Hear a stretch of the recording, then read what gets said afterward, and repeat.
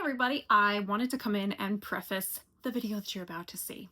Just covering my bases, if you will. So I've talked about this video in passing, I believe in either a different epic video, and I think I mentioned it in the Act 2 Q&A. This is a snippet from one of our Odyssey book clubs. So for those of you who have not yet come to book club, which I highly recommend, we're fun and we don't bite, I promise. What happens is that we go through the Odyssey book by book, and it's turned into me dramatically reading out the whole thing and pausing to go on tangents, explain stuff, answer questions, and then once we're done with the book in question that we're covering, and everybody's kind of asked any additional questions they had, we just sort of hang out. And during one of these hangout sessions we got on the topic of like, what would we do to adjust Wisdom and Vengeance Saga, and started essentially bouncing around ideas. Now, I want to make this very clear. My issues with those sagas aside, this is all done in good faith. None of this is done to be mean-spirited. None of this is done to be rude. This is similar to stuff that happens if you're in a kind of writer's room situation, in which you're bouncing along ideas, you're trying to hammer out arcs, and you're trying to work together to see, well, maybe if we did it like this, maybe if we did it like this, and you're trying to explain your thinking. This is a pretty common practice in a lot of creative settings.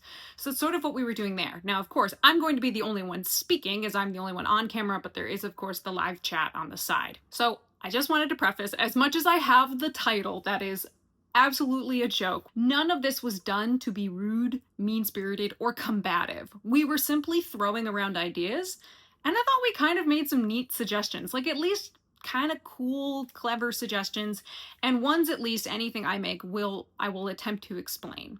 I will attempt to say, here's why I think it should be done this way in terms of what I see in the arc, and everything trying to drive towards the ending. So I just wanted to put that out there so that, as much as I'm sure there will be people who will be upset at the idea that this is something we were doing, again, please know, none of this was done maliciously and none of it was done with malintent. We were frankly, like, having fun. This is the fun part of working in creative fields, is often bouncing around ideas with each other. So enjoy as we attempt to try and make sense of Wisdom and Vengeance Saga, specifically 600 Strike. If I could choose to rewrite Wisdom Saga, what would I do differently? Yeah, because doing it in the linear storytelling. You need to make Legendary. Legendary canonically starts 7 years after the end of Thunder Saga. Don't start it there. Start right after Thunder Saga. So we have Telemachus at 13, and we're getting him at 13 and bringing him up to 20 so that you can make it a canonical montage song. We get to see him being trained by characters like Mentor kind of in the background or whatever. Like, we don't even need to give speaking lines to those characters. We're seeing the suitors arrive, because at that point they weren't there yet. They've only been there for about 5 to 6 years. You see the suitors arrive, and you're seeing it happening in the background while he's growing up and getting older, and he's, learning and maturing, which is a great also point to give the singer a chance to play, because they get to sing a younger character and then mature him. Like, what's his name? Miko, I believe his name is. You give him a chance to show off vocally, to sing all the different voices.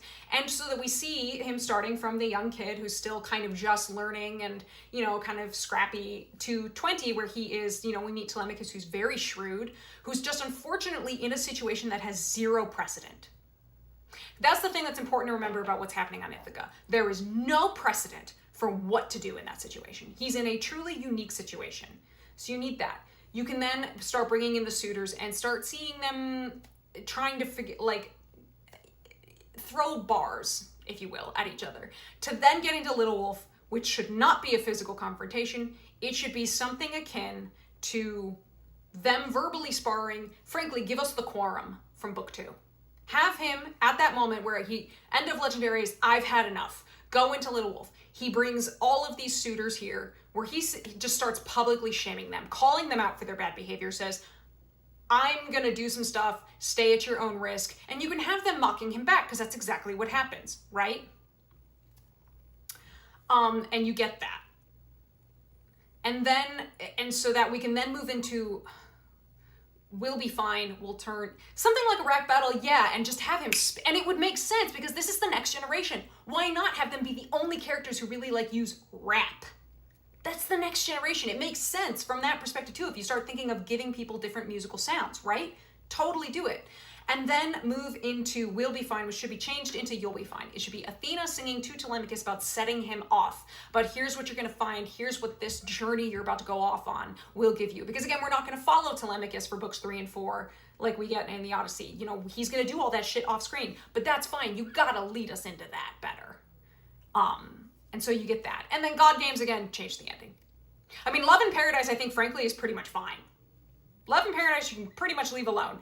And then God Games changed the ending, give me a girl, Dad Zeus, make it so that he set up this whole challenge just to kind of let Athena show off. And make it, and I think that works because you lead on the audience to think, oh, Zeus is just doing Zeus again, like the way people think of Zeus, if they don't know that that's his favorite, which seems a lot of people didn't know, which is totally fair. You lead it on so that by the end, you then kind of get to, in a proper way, rug pull the audience, because what you're doing is revealing something that was already there about the characters, but we didn't know. And you get to see a parent-child relationship, which is an important thing when we're building up the idea of Telemachus wanting his father, right? Let's have Zeus being a father to Athena.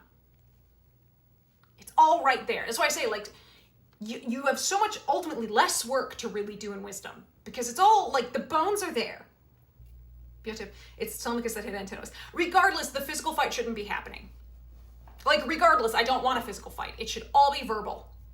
And you can do the physical fight as a metaphor, but instead they're trading bars. I want to see the nuance. You need to really emphasize, because if you just have them having physical fights, all of the proper questions were being even asked in comments, being like, where the fuck is the household staff?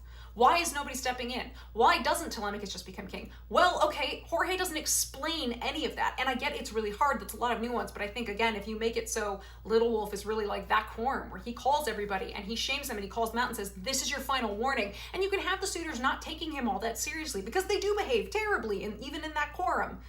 And you still get it, right? So that's what I think. Yeah, just make it a metaphor. It doesn't need to be literal. There's so much stuff that it's just like, Wisdom has shit there that you can work with. Vengeance is harder. Vengeance is so much harder. Because frankly, what I think you should get in something like Not Sorry for Loving You, instead of giving Calypso yet another song to double down on her behavior, because again, it adds nothing new to the story. We've already established what she's like in Love in Paradise. I don't need more of it. I got it. It's pretty clear. I think even clearer in Love in Paradise. Because frankly, if you've never experience the kind of behavior that she exhibits, you might not catch what's going on in Love in Paradise. Not Love in Paradise, in Not Sorry for Loving You. And I think that's a problem in the song, right? So instead, have it so it's either, I would say have it so it's, if you're not going to try and bury the lead that it's Hermes who's helping, have Hermes be the one to like duel it out with Calypso if you want to. But really, we just need to establish that Odysseus gets to leave. We just need to get him off. And then you can have Dangerous, which frankly I think is fine. It's also a canonical montage song, which I think totally works. It feels like it is, so it works. Moving on into cutting basically everything in Charybdis up to like the last third. From the moment he reaches Ithaca, right? That part of Charybdis you can keep. Segue it out, Dangerous, into that. Move into Get in the Water. I mean, also, again, the thing with Dangerous, we have to adjust the wind back. You need to adjust the wind back. It can't be there. I don't even care if it's the magic shawl like he gets in the story. You've got to do something else. Frankly, I can advocate for, which as much as this makes me laugh, because I always say that like Jorge tends to bury the lead too much, which I do think he does rely on that narrative trick too often. There are places where it works and places where I'm like, there was a better way. I bet there was a better way to do this. You can have, I mean, because Get in the Water is really about establishing Poseidon is big mad. He's big fucking mad. And it takes a lot to calm a god down when they live forever, because 10 years is nothing to him. He's furious. So have it so it seems like he's killed Odysseus, but Odysseus somehow manages to live. You know, again, have him an object. I mean, one of my favorite jokes, yeah, give Odysseus magic shawl an extra molly. Odysseus fights Poseidon with the magic construct, bonus points if the construct resembles my famous. Thank you for that donation. Sarah Meades, 323 Starlight. I don't want him fighting Poseidon, though. I do not want a physical fight with Poseidon. I don't think it needs to happen, because I seriously think we blow the climax too early if you have him dueling a god, because then he's just going to duel a bunch of men. Are you kidding? It's such a letdown after that. It's like, I don't want him dueling the god. I want him surviving the god. But I want it to make it clear that we've reached a point where Poseidon feels satisfied enough that he can swim away. basically. If he thinks he's truly killed Odysseus, or you use it as a way for Odysseus to have the moment of revealing and accepting, I have always been a monster, I have always been this way, to lead you into Ithaca, because that is a shift we need to have happen to get to Odysseus. And again, this is where I think Jorge gets really muddled in the middle and lost in the sauce on that. Have that confrontation with Poseidon be that. Have it so Poseidon is coming at him and he's just like, and he keeps breaking and picking at Odysseus' ego and getting until Odysseus breaks. And you could then have Poseidon laugh his ass off. Because if Poseidon realizes, I've broken him, he's accepted he's the monster, that's all he would want. That would satisfy Poseidon in Epic, at least, especially. He'd laugh hysterically and be done. And he'd probably just be like, you know what? Yeah, that's all he wants. He would just laugh hysterically and have Odysseus limping onto the shores of Ithaca with Poseidon cackling maniacally in the back, to then lead you into what you will start getting with Ithaca Saga and the slaughter of the suitors and that. I just think, yeah, he wants to expose Odysseus. I mean, that's what I was saying about ruthlessness. Ruthlessness to get in the water. It's all about, here's a fucking mirror. I am telling you to look at yourself and be honest with yourself. I dare you to lie to me again. You lied to yourself. You tried to lie to me. Try it again. Except this time it breaks. It's like Odysseus looking at the mirror and it's shattering and he has to accept that that's who he is. That's what I want out of properly in Get in the Water. So I would say rewrite some of Odysseus's lines, and you then have to shift the ending, which, as much as I like kind of the epicness of some of the ending of Get in the Water, I advocate for you adjusting it. That's what I want. Yeah, you can't come back. And yeah, well, you can have him say as if he's mocking him and laughing. He's like, how will you sleep at night? He's throwing the last bit, and Odysseus, to himself, I think better would be not throwing it back as a shot at Poseidon, just to himself going, next to my wife. And then we're bringing him in. He's going to Ithaca to take it back. Absolutely a way to do it. 600 Strike has to go. I'm sorry, there is no salvaging that song. It's gotta go. Unless you want to keep the ending bit where instead of him, somehow picking up Poseidon's trident and using it, it is just them throwing bars at each other again. They don't have to be physical. You can have them throw bars. This is a fucking musical. It absolutely works. I will fight anyone who says you can't just have them throwing bars at each other. I'm like, yes, you can. Have you never seen Les Mis? The confrontation between Javert and Jean Valjean is them throwing bars at each other. And it's so fucking good. So, absolutely, I think that's how it would work. Yeah, no, the confrontation fucks hard. I love that part of Les Mis. And I'm like, Jorge, embrace that. Embrace that kind of thing. Oh, yeah. Is ruthlessness equal to the music of Get in the Water? I like ruthlessness overall better, because I think Odysseus's interjections in Get in the Water really throw me out of the whole thing. And I actually, weirdly enough, want a bit more malice, bit more rage from Poseidon in Get in the Water. I felt like we could have pushed that further, but ruthlessness just bang, bang, bang, bang, bang. It hits. It slaps so hard. I mean, 323, that's if you're married to keeping the idea of 600 Strike as a physical confrontation, which I'm not. I'm advocating for cut that shit out right now. I don't want it. I think it ruins the lead in to the slaughter of the suitors. That's your big physical confrontation. 600 Strike totally ruins that. It really, as I say, again, this horrible illustrative phrase, it blows its load too early. You blow it way too early if you put all that into the idea of 600 Strike. You need to save that for the slaughter of the suitors. That's what we're driving towards. Yes, even in Epic, we are driving to the slaughter of the suitors. That's the explosion of physical violence. Should not be coming, 3 songs prior. Yeah, and that's why I say, if you want to keep the final bit musically of 600 Strike, you have to completely change all the context. I do not want Odysseus getting anywhere near that fucking trident that he should not be able to touch or use, and I don't want him skewering Poseidon. But I want it to be almost like, you could imagine, okay, what if Poseidon makes almost like a mirror, out of water? Because if you think about it, also, water plus mirror, that's imagery that comes up a lot, and he does that. And he's showing Odysseus who he is through all of Get in the Water and all of this shit. and it's leading to Odysseus. That's his breaking moment. The how does it feel to be all this? But instead of saying it to Poseidon, he's saying it to himself. The image of himself he sees in almost like a mirror, and he's punching at the mirror. And that's where you then get, instead of the screaming, Poseidon is having that melody, but he's laughing his ass off the whole time.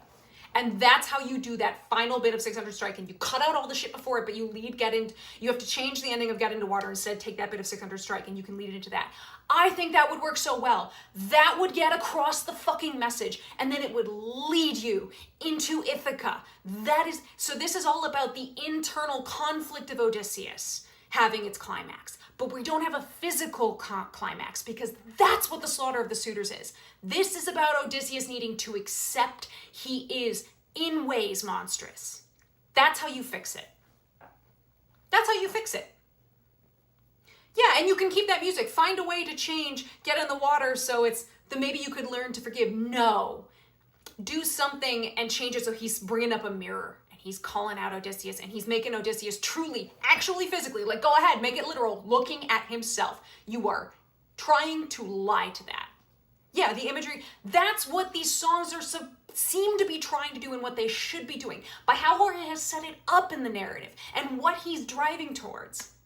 I would love to pitch that to him, but I would also come in saying, look, it's your baby. I can't change it. Like, it's not up to me. It's his baby. Ultimately, he does get the final say. But if I were in like a crew of like you're polling outside opinions, I'd be suggesting shit like this, being like, nah, this is better. It gets your message across. It's still emotional. You get the internal emotional catharsis, and you don't blow the physical load too early. Use the shawl. I think you could do it so even, you know what you do? Not even the shawl. Or maybe he has the shawl, but it doesn't work or do anything. And you have Poseidon basically pulling him back up. This is Poseidon still playing with his food. He's not satisfied by what he did and Get in the Water. Yeah, he killed him, but what does that bring him? Nothing. No. Odysseus still didn't acknowledge anything.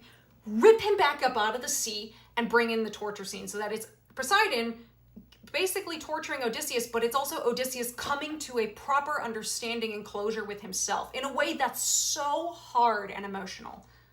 So I think there's a way to do, yeah, so maybe you don't even need to take out the ending of Get in the Water the way that you do. You just have Poseidon you make us think, oh my God, is that it? And then he just rips him back out.